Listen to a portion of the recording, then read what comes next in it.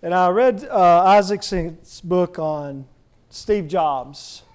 Steve Jobs' morals were not what we would like for them to have been, but he changed the world. And I remember reading or hearing a story about when he was recruiting early in Apple's existence. It was just a fledgling company, and he was recruiting the CEO of PepsiCo to come and work for him. His name was John Scully, and he was headquartered in New York, so this is a process that took several months. Jobs would fly to New York for a weekend. He had an apartment or a condo or something there, and he would get together with John Scully, and he kept inviting him to come and run his company. But Scully was a little skeptical about that because he had a really good job with a stable company, and this was a startup. You know what? It didn't have the reputation it has today, and he was intrigued, but he wasn't ready to pull the trigger. So finally, after months of recruiting, Jobs took him out to supper, and he looked at him and he said, "John, do you want to spend the rest of your life selling sugar water, or do you want to come with me and change the world?" And if you know that story, he left Pepsi, went to Apple. It was a rocky relationship, but they changed the world. Now, you and I are in a position to change the world because we are under the marching orders of the King of Kings. He did not give us permission to take the gospel to the world. He gave us a commission to take the gospel to the world. And He will not sit back and wait for us to come back. He will go with us. And He will help us. And He wants us to succeed. And He will do what is within the realm of providence to make that occur.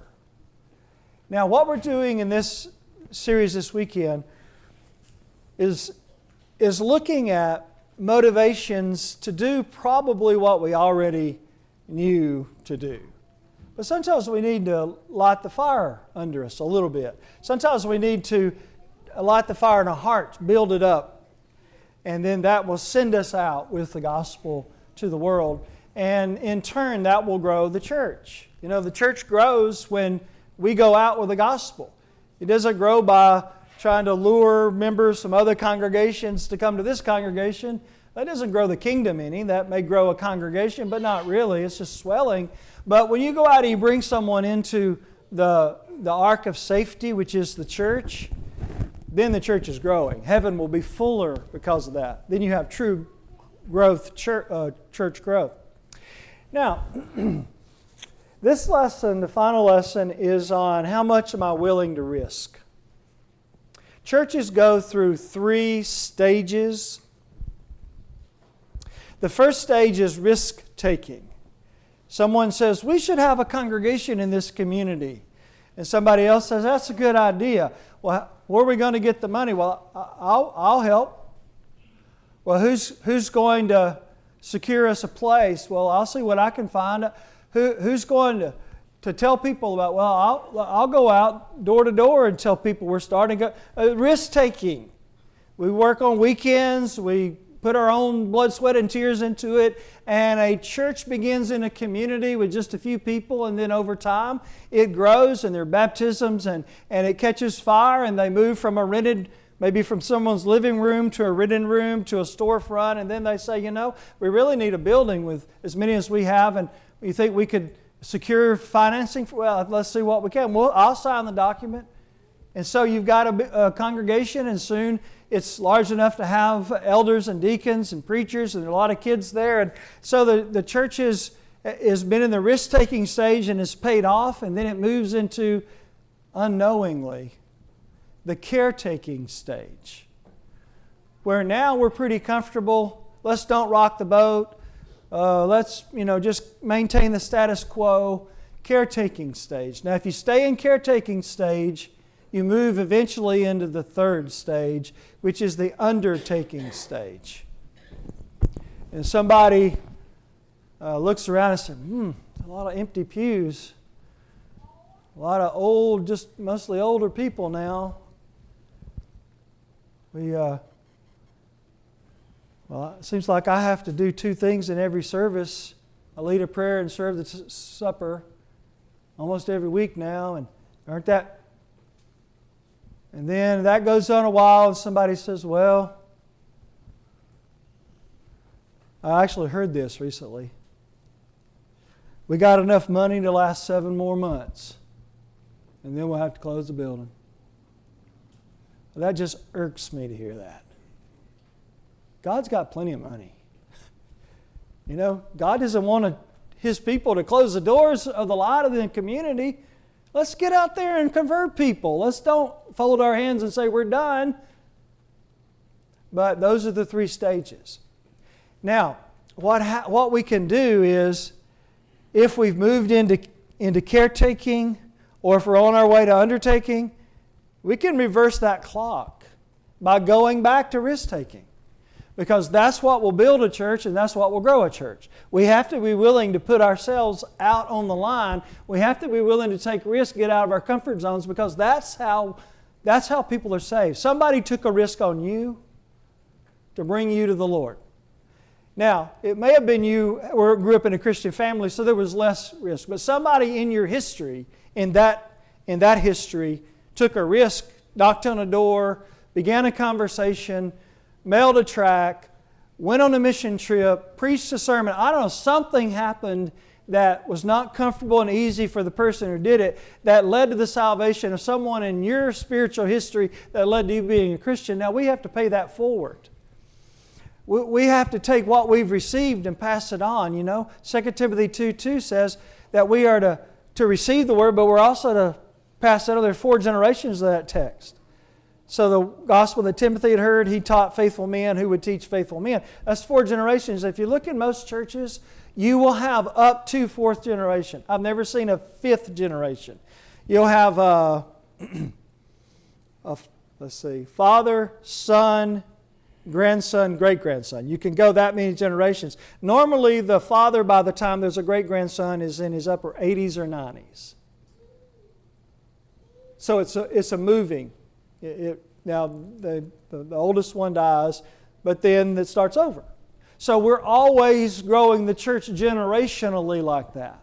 But it's got to grow more than just in families. We've got to add new families into it. So what am I willing to risk? This is the challenge lesson.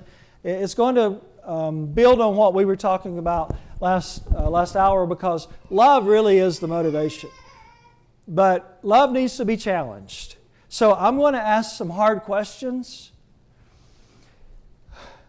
You know, I was thinking when I was driving here, Paul said of Timothy, I know of no man like-minded. I don't know anybody like Timothy, Paul said. I was thinking driving over here, I know of no church like-minded to this church. I don't think I'm speaking just in the passion of the moment. You know, this is an unusual format to have 2 lessons every night, you know, for a weekend. And then for the weather to be bitterly cold, even dangerously cold, and for the building to fill up for every service. I don't think that happens in a whole lot of places. So I know who I'm talking to, and I want to hold up your hands as Moses' hands were held up by Aaron and Hur. But I also want to challenge you to fill up these last 3 pews up here. And there's some gaps. We could fit some more people, especially on this side. So let's do it. There's nothing in the world going to stop us except us. Now the devil's going to try to defeat us, but he can't, because the Lord runs interference for us. If we want to do it, the devil can't stop us. So here are the challenges. There are 5 levels of risk. 5 levels of risk. You know, when Haman was threatening the Jews in the book of Esther, Mordecai went to Esther and said, "You're going to have to take up for us. You're going to have to go to the king for us, or we're going to die." And Esther was afraid to go into the king, because if she went in without his invitation, she would be killed, or she could be killed. So she was reluctant to do it. But then she said, this is Esther 4:16, she said, I will go into the king unbidden, and if I perish, I perish. I will put my life on the line to save my people. That's risk-taking. And it paid off well because the king reached out his scepter and saved her, and she was able to set in motion what? Preserve the Jewish nation in Persia. So am I willing to say, if I perish, I perish? Am I willing to be a risk taker? And the rewards of that risk are tremendous. But let's see the risk. Number one, 5 levels of risk. Number one, get out of my comfort zone. We began today with Jacob reading Isaiah 6:8, which says, Here am I, send me. Who will go? Who will go with the gospel? Well, what about me? I'll go. It's not just for the professionals. It's not just for those that have been to preacher schools or Christian universities. It's not just for those who are older in the faith. It's not just for those who occupy some recognized position in the church. Here am I, send me is all of us. Now, who we go to is different because we all have a different family. We all have a different circle of friends. We all work in different places. We meet different people. So who we go to is different from person to person, pew to pew, but all of us can go, and all of us should go. Here am I, send me, but I got to get out of my comfort zone to do it.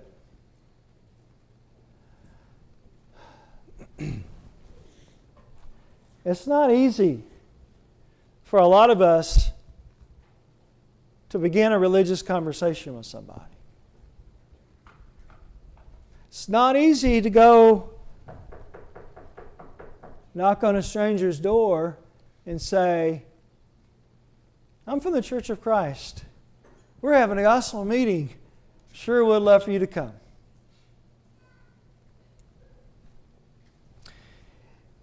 It's not easy to turn off the TV, to get out of the easy chair, go get in the car, and go have a Bible study.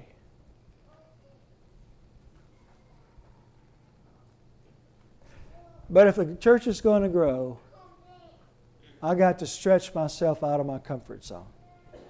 So I'm not comfortable doing this. I remember years ago there was a gospel preacher named Jerry Jenkins. He preached for Roebuck Parkway Church of Christ in Birmingham, Alabama, in an early PTP, back when we were just a small group. The PTP was in Jacksonville, but we drove over to Birmingham as a group on a field trip, and we went to Roebuck Parkway, and he talked to us, and we toured the facilities. And the reason we were interested in going there is that church, he had been there at that time for 29 years. And during that 29 years that he preached at Roebuck Parkway, they averaged baptizing a person every week for 29 years in that church. And we wanted to know how to do that. He preached there longer, into some 30-something years. The church grew. At that time it was 600 members. They had to build, moved a few times, built new buildings because they were evangelizing. And I remember him saying something that stuck with me. That was probably 20 years ago or more. But he said something that day. It surprised me, and that's probably why I remember it. But he said, I'm an introvert. And I thought, you preach for a 600-member church, and you baptize hundreds of people, and you're an introvert? But now I understand what he was saying, which is true. An introvert is not defined by the external things. It's whether he receives energy or gives energy in conversation or in interaction. So he was an introvert. He knew that about himself. But this is what he said. This is what stuck with me. He said, I don't like to talk to people. It's not easy for me to talk to people about the gospel. That struck me as being incongruous. But then he said this, But I'll do things for Jesus I won't do for anybody else. That gives me chill bumps to say that right now. I'll do things for Jesus I won't do for anybody else. Will I? I wouldn't do it to get paid money. I wouldn't do it if somebody asked me to do it. Except Jesus. I'll do it for Him. Comfort zone number one. Number two. Am I willing to risk my reputation? There were priests in the New Testament who weren't willing to risk their reputation. John 12:32, there were some that believed in Jesus, but they would not confess Him lest they be cast out of the temple or the synagogue. I believe, but I don't want to say it. I'm a Christian, but I don't want anybody to know it. 1 Corinthians 4:13. Paul, speaking about the apostles as a whole, he said, being defamed, we suffer it. And then he talks about the apostles being the offscouring of the earth. I don't know exactly what that Greek word means, but I know what offscouring is. Now, I don't know if I've ever said this publicly before, but you ever had a bathtub that had this ring around the top of it after a while? It's like a soap ring. It's like, oh man, I got to scrub that off. That's offscouring. It's residue. It's unattractive. It's considered to be dirty or refuse. Paul said, searching for a word that represented how the apostles were seen by the world, how he felt people looking at him. He said, we're the offscouring of the world. They defame us. But we rejoice. Because their opinion doesn't matter. His opinion is the one I cherish. I might be offscouring of the world, but I am pleasing to Him.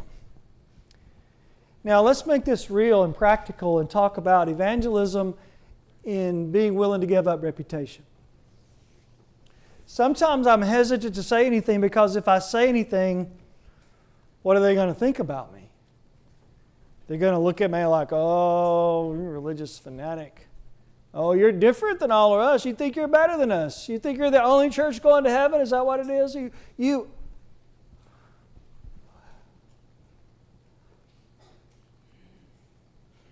They're not going to like me anymore. I'll do things for Jesus I won't do for anybody else. I'll do things to make Jesus approve of me, even if the world disapproves of me.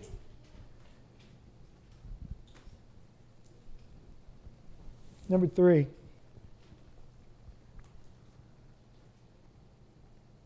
Am I willing to risk money to save a soul? I'm not talking about giving money. We will all do that as a part of our worship, and we all do that, or many of us do that, to support mission work. But I'm not even talking about that. We mentioned that last night. What I'm talking about here is willing to risk money. Something like this. You put in your notes for that Hebrews 4:11. It really is most of the rest of that chapter. But in the book of Hebrews, he said that you have not yet resisted unto blood. In other words, none of them had been beaten and bled for their faith yet, but they had suffered joyfully the confiscation of their goods. Which means some police officer, some representative, law enforcement came into their home and said, I'll take that. They were being stolen from because they were Christians. They were paying fines because they wouldn't give up their faith. It cost them money. But Paul said, if Paul's the writer of Hebrews, he says they suffer that because they know they got a treasure in heaven. I said, okay, you can have that because I got something better. I got heaven. Now, how do you make this point practical? Am I willing to risk this? Am I willing to risk money to save a soul? Okay, what about if I'm running a business, have a business, or if I'm involved in a situation where if people know that I'm a Christian, if I start talking about the Lord, if I have Bible studies with people that are related to, that work with me or over me, or that are customers or clients of me, if I do that, I'm risking that I will lose their business. I'm risking that they will say, no, I'm going to the competitor instead of you because you offended me because you talked about the gospel, you talked about the church. Or maybe I'll lose my job. Am I willing to risk the loss of money for the salvation of souls? They were willing to risk it in Hebrews 10. Number 4, am I willing to risk persecution? Each one of these escalates, you see. This is 2 Corinthians 11. I'll read this with you if you want to read, or you can just listen. But 2 Corinthians 11, beginning at 23. The reason I want to read it is because I want to contrast it with our soft way of thinking. Now, I'm not accusing you personally of being, I'm just talking about as a culture. How elitist or entitled or, this is an Alabama word, sissy people are compared to Paul. I guess I'd say I've been guilty of maybe complaining a little bit over something that when I read this I say, oh boy. That's what I'm wanting us to see, is whatever I have suffered because I'm a Christian so far, and I'm not underestimating what you may have suffered or saying that doesn't matter, because there are relationships that end because of my stance for truth and morality. There are real things that happen even in a culture where we typically aren't physically abused because of faith. We're not incarcerated. We don't lose our privileges under the government for it. There are real pain. There's real pain that's suffered.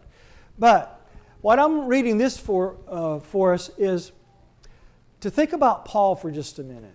Now, Paul's the writer of 2 Corinthians. So let me give you a timeline of the Apostle Paul real quick. We know Paul, but we might not have ever put this all together. So Paul was probably born about the same time as Jesus, maybe about 4 years later. Paul grew up in a Jewish home. He became a Jewish leader, and he led the persecution against the church. We know that. That would have been about Acts 7 when he was there when Stephen was stoned. That would have probably been... corrected chronology about AD 34, so a year, for about 4 years after the church was established. Then, anyway, so Paul was converted probably in AD 38. He was probably about 35 years old. He will die of martyrdom when he's about 62 or 3. Maybe a little more. So he had gone the first half of his life against the will of Christ. He had done everything he could to stomp out the fire of Christianity in his early days. He was leading the charge. He was the point of the spear against the church. He saw the Lord on the road to Damascus. He went into the city. The preacher told him how to become a Christian. He became a Christian. He started preaching the gospel that he once destroyed that day. And you could say, in a manner of speaking, that Paul started sprinting for heaven, and he never slowed down. The next 30 years of his life, every fiber of his being was dedicated to taking the gospel to the world. He traveled 12,000 miles. He preached on 2 continents.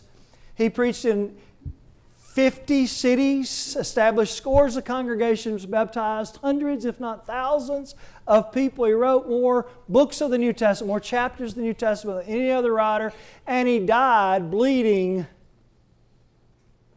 probably beheaded for his faith.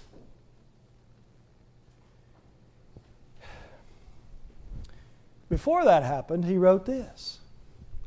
2 Corinthians 11:23. Are they ministers? He's comparing himself to false teachers that were bothering the church that he had helped to build. Yeah. I've planted, Apollos watered, God gave the increase. So he preached in Corinth and established the church. Now false teachers are disturbing them. Anyway, he compares what they do and they're willing to sacrifice with what he has done. And he said, you decide who's sincere. You decide who you think is right. And he says, this is what I'm willing to suffer for my faith. I speak as a fool, I am more in labors, more abundant, stripes above measure, imprisons more frequent, and deaths oft. What that means is they beat me so many times I don't know the number of stripes that I've had. If Paul had taken off his shirt and you had seen his back, there were more scars than there were skin left. Unbroken skin. And deaths off mean life and death situations. So I'd touch and go. I didn't know whether I'd die or live. Of the Jews, 5 times received I 40 stripes, save one. So you multiply that out, 5 times 39. I don't want 1 stripe. 39 stripes. They only stopped at 39 because the law said 40 and they didn't want to miscount and break the law. So they stopped at 39.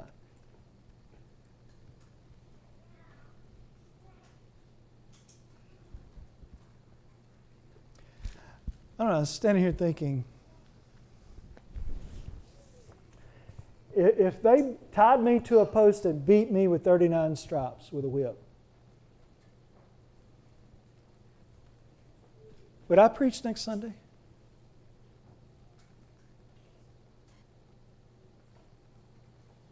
Would I say, I'm done? It's not worth this.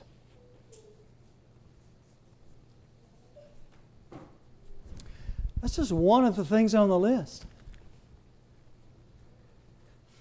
Thrice I was beaten with rods. I guess if I was going to be beaten, I'd rather be a whip than a rod, but 3 times he was beaten with rods. Thrice I suffered shipwreck. 3 times my ship went down under me in the ocean. A night and a day I've been in the deep. I guess that is 24 hours. How long could you swim? I don't know. I don't guess I could swim 24 hours. Maybe he was able to get a hold of some floating piece of wood or something. I don't know. But the Lord spared him. But he was in the water for a night and a day before he was rescued. And then he went home, or he got wherever they took him, and he kept preaching. He got in another boat, and he went to preach again. I might be a little bit afraid of boats.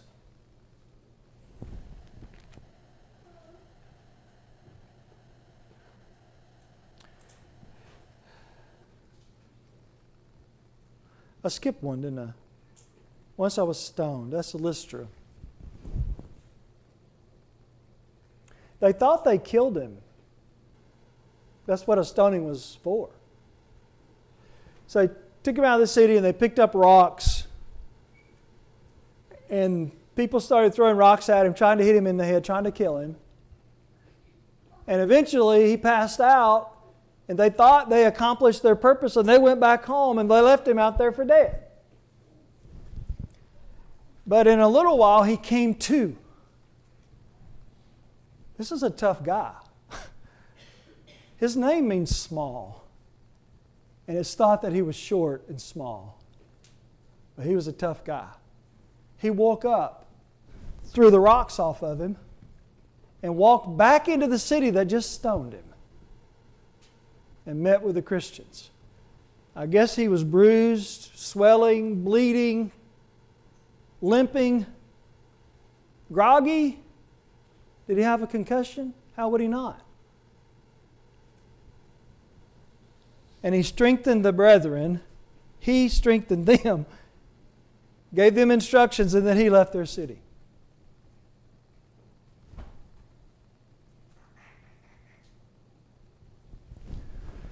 Well, it's raining out there. I don't think I'll go to church tonight. Well, there might be a dog on this street. I don't think I can knock doors here. Well, someone might get upset with me if I tried to talk to them about the gospel. I'm not making fun of that. I'm just trying to contrast it. Do we see? What Paul is saying by his example is, grow up, Christians. Grow up. Be willing to suffer persecution for your faith. The devil can't do anything to you except accelerate your journey to heaven. The worst he can do is kill you. Well, that's not a bad thing. I mean, it's a sad thing for the people we leave behind, but for the person who has the hope of heaven, that's not a bad thing. That's what we're looking for. That's what we're longing for. That's where we want to go. Go ahead and throw that last rock.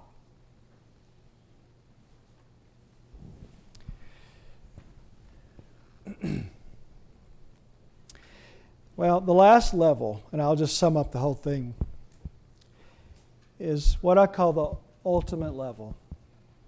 And it's Romans 9:3, the ultimate risk.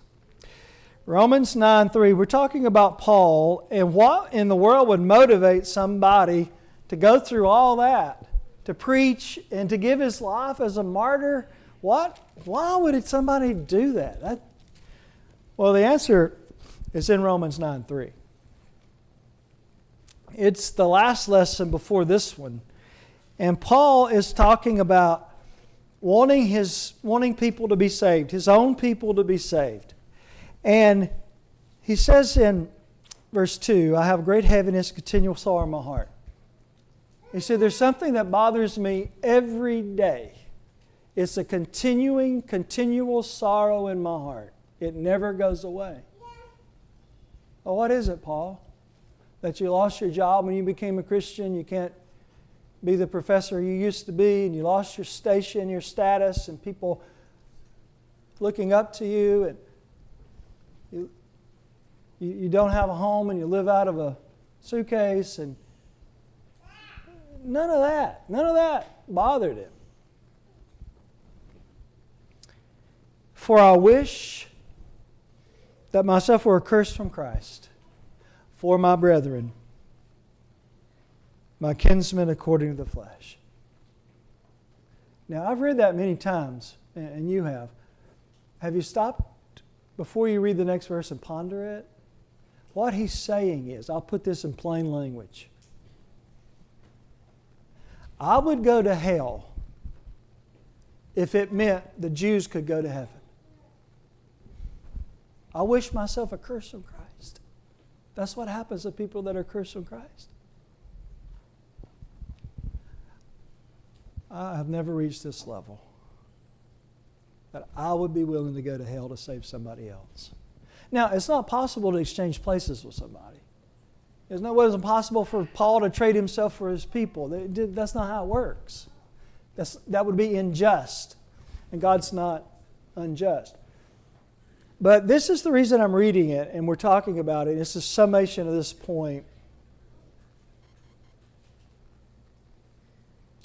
If I'm willing to go to hell to save lost people, there's not anything hell can do to stop me from saving lost people. I'm sold out. I'm all in. There is not a thing in the world that's left. If I'm willing to die and go to hell to save people, there's nothing left on the table that I won't do. Now, thankfully, that's not what God asked of any of us, except for the love part. That's what He asked for all of us, is to love lost people. That's what got Paul up off the ground, was love.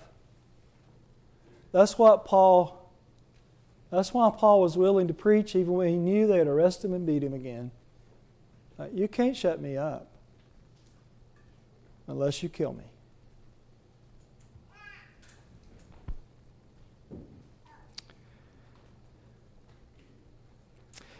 Let me close this with something more positive and also more practical. I said last night that I wanted to give you the frequencies of evangelism, but I didn't have time, so I want to do that as we close. There are 5 frequencies of evangelism. So if you say, preacher, I'm in. I'm going to do my part. All right. How you do it? All right. Here are the 5 frequencies of evangelism. Now, this is not for everybody. All 5 are not for everybody. But it might be that you say, I'm doing it. That's me. I'm doing all 5. They're within the possibility for anybody, but not everybody has to do it to go to heaven. But you say, I want to do it. Tell me. Tell me how I can do it. Okay, here it is. 1, 2, 3, 4, 5. There are 5 frequencies in our lives. Daily, weekly, monthly, quarterly, annually. So 2024 will have all 5 frequencies. Daily, weekly, monthly, quarterly, annually. So let's talk about something I can do on every frequency that will save souls, that will build the church. Number 1, every day do 2 things. Every day, 2 things. 1, pray for lost people. I don't mean in general, I mean lost people that I know that are on my list. Pray for lost. Is there power in prayer? Yes, sir. Yes, ma'am. Well, let's use it. Pray. Number 2. The second thing on the first frequency. Invite somebody every day. Do I meet people in my life every day? Pretty much. Well, invite somebody to come with you next Sunday every day. That's 7 invitations a week. That's doable. The person that checks me out at the convenience store or football coach or my relative, somebody, why don't you go with me Sunday? We got exciting things going on at church. I'd love for you to, I want everybody to meet you every day. Number 2, frequency, weekly. Have a Bible study with a lost person once a week. Make it Tuesday night. You can't be standard. You say, Tuesday night's my night, I give it to the Lord every week. And if you don't have somebody to study with, I know the elders that get up in church assemblies and say, it wouldn't have to be an elder, it could be anybody, but I know elders that get up and say, I don't have a Bible study this week. If anybody knows somebody that wants to study the Bible, I'm available. Please talk to me after the service. And that person is praying that God will let them study the Bible. So, you know, if there's any prayer God would ever answer, it'd be that.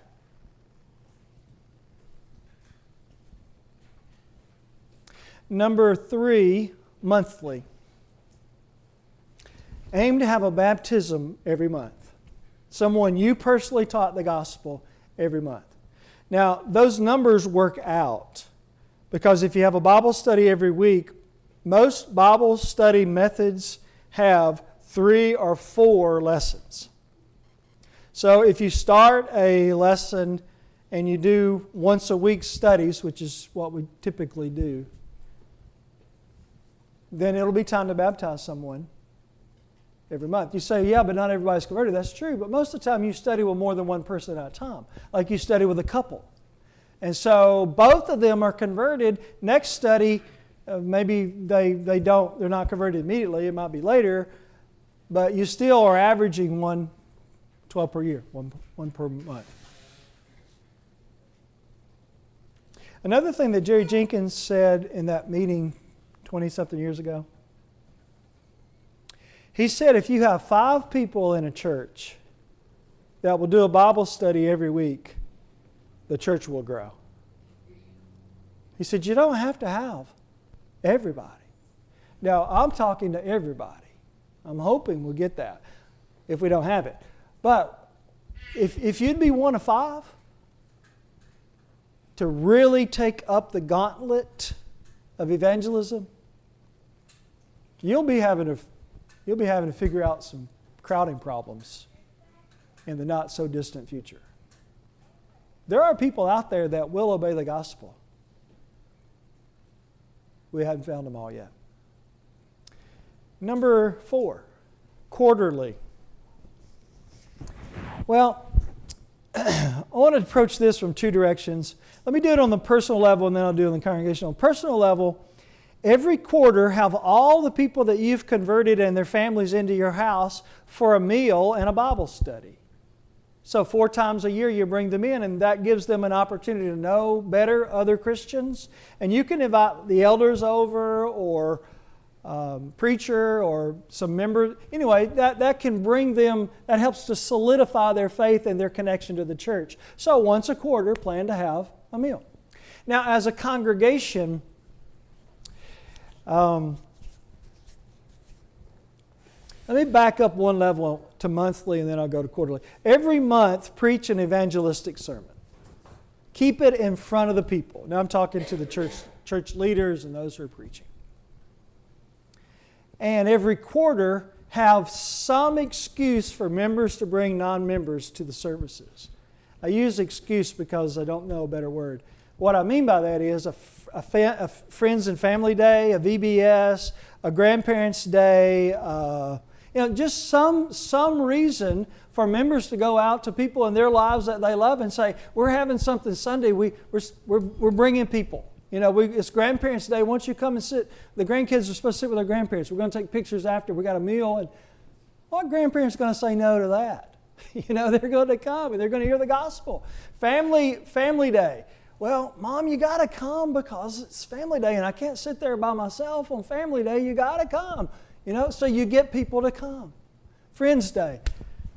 You say to your friend, man, I don't want to sit there by myself on Friends' Day. I got to show my church I got friends. Okay, would you come and sit with me? Friends' Day. So do that once a quarter.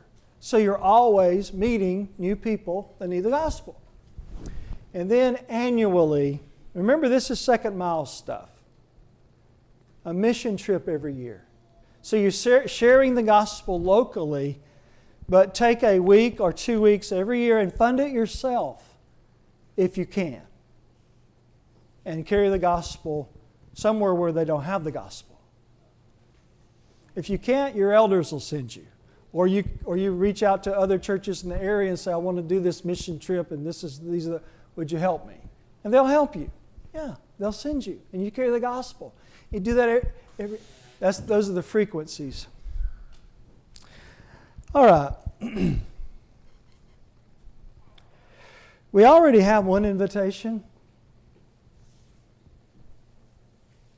I don't think I've ever done 2. This is almost like the same service. But I do know this happens. I've done this before. After the invitation is over, I say, I should have gone down. I should have. And I sort of kicked myself because I didn't have enough guts to go down there. I wonder if there's anybody that's been thinking about it since the last time we sang that other song. Here's your chance. A second invitation song in the same service. If you're right with God and just sing with enthusiasm, you don't need to respond. Don't feel guilty. You're right with God. If you got a doubt about that, or really deep in your heart that something needs to change to be right with God, don't sit there.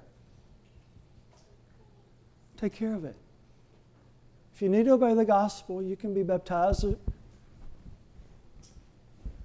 Is there water in there, by the way, in this cold weather? Is everything ready? Yeah? All right, everything's ready. You could be baptized today. You come up out of that water, and God's writing your name in heaven's book. That's a great thing. If you believe in Christ, you repent of your sins, you're willing to confess them, you can be baptized today. Acts 8:35-40. If you haven't been a faithful Christian, you say, I just got to thinking. These lessons made me think these verses. I'm ready. I'm going to do better. But I got to start over first. I've got to start with a clean slate. Because I can't talk to somebody else about the gospel if my life isn't right. So I got to do right. So do right. Start over today and say, now I'm going to leave here right. I'm going to go out there and I'm going to help somebody else get right. And God says, come on. Will you come? We'll stand while we sing.